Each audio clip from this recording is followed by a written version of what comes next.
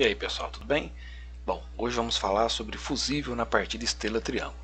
Bom, para falar do fusível na partida estrela-triângulo, nós veremos que nós teremos que falar de todos os outros elementos envolvidos nesse tipo de partida, ou seja, falaremos também dos contatores e também do relé térmico. Bom, temos aqui o diagrama de potência, né, já conhecido da partida estrela-triângulo, né, onde nós temos os contatores. O contator K1 principal, K2 o contator triângulo, K3 o contator estrela. Normalmente, né, instalamos um relé de sobrecarga, né, um relé de proteção contra sobrecorrente, né, em série, né, com K1, né, e as conexões do motor. Né. O fusível, normalmente, né, ele é instalado na linha de alimentação. Tanto o fusível quanto o relé de sobrecarga podem ser utilizados em outras posições, mas isso, né, a gente vai ter que analisar num outro vídeo. Hoje nós vamos falar sobre o fusível instalado na linha. Bom, na parte de estrela-triângulo, o motor inicialmente vai estar no fechamento em estrela, com uma tensão em triângulo. Naturalmente, né, as relações de corrente entre estrela e triângulo já sofrem uma queda, né, no fator de raiz de 3. Então nós teremos um elemento fechado em estrela ligado em triângulo, já é um fator de redução de raiz de 3. E naturalmente a corrente de estrela para triângulo também, né, é uma corrente, né, que se reduz pelo fator de raiz de 3. Então o que nós teremos na verdade é uma dupla redução pelo fator de raiz de 3. Né, e nesse caso, né, matematicamente, dividir duas vezes por raiz de 3, nós veremos então que esse resultado vai dar 1/3. Dividir duas vezes por raiz de 3 é o mesmo que dividir por 3. Né? Então a corrente final, né, a corrente da partida, a corrente em estrela, vai ser a corrente nominal dividida por 3, ou aproximadamente 0,33 vezes N. Bom, mas na configuração triângulo, né, nós temos uma corrente de linha e temos também, né, uma corrente de fase. A corrente de linha é a corrente nominal, é a corrente triângulo, é a corrente que vai estar marcada lá na placa de identificação do motor. Né, essa corrente, né, ela tem um nó, né, à frente dela, então ela tem uma divisão, né, e por isso, né, nós temos a corrente de linha que vai passar pelo fusível, mas no contator K1 e no contator K2 nós teremos a corrente de fase. Então no contator K1, no relé térmico e no contator K2 a nossa referência é a corrente de fase, né, que é a corrente de linha dividida por raiz de 3. Isso dá aproximadamente 0,58 vezes o valor da corrente nominal. Bom, levando em conta, né, fator de segurança, né, fator de serviço, oscilação da rede, né, tensão, sobretensão, enfim, né, considerando aí um fator de 15%, né, nós podemos então multiplicar o valor de 0,58 vezes 1,15. Vamos obter aí 0,67. Também podemos, né, multiplicar a corrente do contator K3, né, 0,33 vezes 1,15 e obteremos aí 0,38. A corrente do relé térmico, né, por estar em série com o contator K1, né, também, né, sofrendo aí um aumento de 15%, então será dimensionado como referência de 0,67 vezes o valor da corrente nominal. Bom, então na partida, né, o fusível vai estar relacionado com K1, K3, né, considerando ainda o fator de 15%, né, com a corrente de partida vai sendo 0,38 vezes o I de linha. Bom, esse valor de partida, né, vai ser utilizado, né, para o cálculo do valor da corrente de pico lá na partida, né, e a análise também da curva do fusível. Já em regime, o fusível vai estar relacionado com a corrente de linha, né? Ou seja, nós teremos aí o fator de raiz de 3. Bom, normalmente os catálogos, né, eles oferecem as informações, né, do K1, né, dos contadores relé térmicos de modo geral, para o fusível instalado em série, né, com esses elementos. Bom, mas como nós teremos então, né, esses elementos instalados na fase, né, K1, K2, relé térmico, e o fusível instalado na linha, então as informações do catálogo deverão ser multiplicadas pelo fator de raiz de 3, que dá aproximadamente 1,73. Com isso, né, nós então vamos modificar as equações, né, do dimensionamento fusível, instalando o mesmo na linha. E aí nós teremos que verificar da seguinte forma: o fusível deverá ter pelo menos 20%, né, a mais do que a corrente de linha, e deverá ser menor do que 1,73 do que a corrente de fusão máxima, né, permitida pelos contatores e pelo relé térmico. Essas três equações, né, que serão analisadas, né, após a análise da curva do fusível. Bom, vamos verificar então, né, um exemplo numérico. Qual fusível tipo de AZ deve ser utilizado na proteção de um motor trifásico 5CV 220-380 volts, corrente nominal de 15 A para triângulo, né, 873 para estrela e comando em 220 volts 60 Hz, utilizando partida estrela triângulo?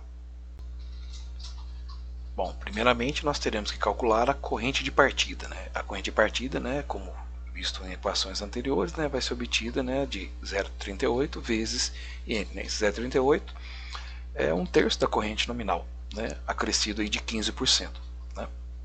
Bom, a corrente nominal é a corrente do triângulo, então nesse caso, né, dos dados do problema, a corrente de 15 A, que é a corrente maior. Fazendo então, né, o cálculo, né, multiplicando aí 0,38 vezes 15,1, nós vamos obter então uma corrente de partida de 5,74. Bom, é essa corrente que eu vou analisar lá na curva do fusível? Não, não é isso não. Por quê? Bom, a corrente na partida, né, ela deve ser multiplicada ainda pelo fator IPN. Né, esse fator também é encontrado, né, ou em tabelas, né, ou diretamente na placa do motor.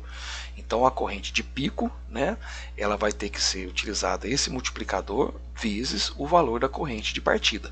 É esta fórmula que nós teremos que utilizar para obter o valor máximo de corrente, né, que o fusível terá que suportar. Bom, então supondo aí, né, para efeito didático, né, dos dados do problema, um fator IPN igual a 5, né, então multiplicando, né, o 5,74 vezes 5, né, nós obtemos aí uma corrente aí em torno de 30 amperes, né, 28,7 amperes. Esse é o valor, né, de pico. Bom, na análise da curva do fusível ainda é necessário também, né, um tempo de partida. Né? Então, para efeito didático, vamos considerar aí, né, um tempo de partida de 9 segundos. Bom, aqui nós temos, né, a curva do fusível de AZ, né, mostrando as curvas de 2 amperes até 63 amperes. Bom, então, aproximadamente 30, né, no eixo X, né, que é o valor aí da corrente, aproximadamente 10, né, que é o valor do tempo de partida. Né. Fazendo esse cruzamento, nós verificamos, né, que esse ponto, né, está anterior à curva de 10 amperes. Então, por esse primeiro critério, né, nós teríamos que analisar aqui então um fusível de 10 amperes. Essa seria a ideia. Vamos ver se esse fusível atende aos 3 critérios que devem ser analisados aí, né, basicamente para o dimensionamento do fusível. Bom, o critério 1, nós dizemos que o fusível tem que ter uma corrente 20% maior do que a corrente nominal. Né? Então, nós escolhemos aí, né, pela curva do fusível 10 amperes. Vamos ver se isso atende. Bom, 1,2 vezes a corrente nominal, né, nós vimos anteriormente que essa corrente é de 15. Então, 1,2 vezes 15 deu um resultado de 18. Ou seja, 18, né, é maior do que 10. A curva do fusível, então, de 10 amperes não atende a esse primeiro critério. Então, o que nós devemos fazer é analisar novamente a curva do fusível e buscar a primeira curva, né, imediatamente superior ao valor de 18. Então, analisando, né, lá no gráfico, né, a curva de 18, né, o primeiro fusível acima desse valor é o fusível da curva de 20 amperes. Então, por esse critério do 20%, nós teremos que utilizar, né, um fusível de 20 amperes. Bom, então agora matematicamente nós vemos, né, que 20 amperes é maior do que 18. Então, o fusível de AZ de 20 amperes atende a esse primeiro critério. Bom, vamos analisar então, né, o segundo e terceiro critério, né, e para isso a gente tem que, né, dimensionar primeiramente, né, os contatores e o relé térmico. Né. Bom, já visto em outros vídeos, né, e também anteriormente, né, as equações considerando aí um fator de segurança de 15%, né, para o contator K1, K2 e para o relé térmico, né, você tem que fazer 0,67 vezes a corrente nominal. E para o contator K3, 0,38 vezes a corrente nominal. A corrente nominal, né, sempre é válido relembrar, né, que na partida esteira triângulo sempre é a corrente em triângulo. Né, substituindo aí os valores dos dados do problema, né, corrente nominal de 15,1, então nós obtemos aí, né, que para o contator K1, K2, né, e para o relé térmico a corrente de referência, né, de emprego aí, tem que ser maior do que 10,12 amperes. e para o contador K3 5,74. Bom, consultando aqui, né, o catálogo da Siemens, né, então para a corrente do contador K3 5.4, o contador de 5,8 atende perfeitamente, né, e ele suporta no máximo, né, um fusível de 20 amperes. Para o contador K2 e para o contador K3, né, temos aqui um modelo de 12 amperes, ou seja, maior do que 10.12, né, também fusível máximo de 20 amperes. Bom, então para o critério 2, né, a corrente do fusível tem que ser menor do que 1,73 vezes a corrente, né, de fusão máxima dos contadores. Por quê? Porque os contadores relé térmico, né, estarão na fase e o fusível estará instalado na linha, né? Fazendo aqui a substituição, né, fazendo os cálculos, né? Então nós temos 20 amperes vezes 1,73, 34,66. Bom, como já escolhemos, né, anteriormente uma curva do fusível, né, de 20 amperes, ou seja, 20 amperes é menor do que 34,66, então, né, esse critério também está atendido. Bom, falta agora, né, a gente analisar então o relé térmico, né? Então, para uma corrente de 10,12 amperes, né, nós temos aqui o modelo de 9 a 12. Também indica um fusível máximo em série de 20 amperes, né? Seguindo o mesmo procedimento, né, multiplicando aí 20 por 1,73, novamente vamos obter aí 34,66, né, e com isso, né, mais uma vez, né, a curva do fusível de 20, né, é menor do que 34, então esse critério também está atendido, né, então os três critérios foram satisfeitos.